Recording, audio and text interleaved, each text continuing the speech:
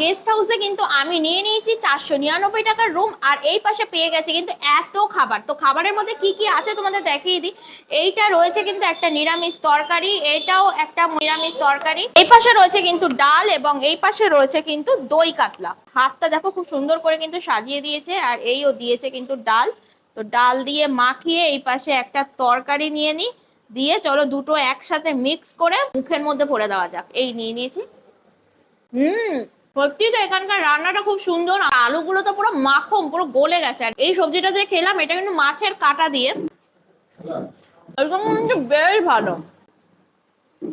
এরকম মাছের সাইজ রয়েছে, আর এই পাশে রয়েছে দই কাতলা গ্রেভি। এরকম মাছ নিয়ে নি আর দই কাতলা ঝোল দিয়ে চলো। দই কাতলাটা দারুন, আর মাছগুলো তো পুরো টাটকা।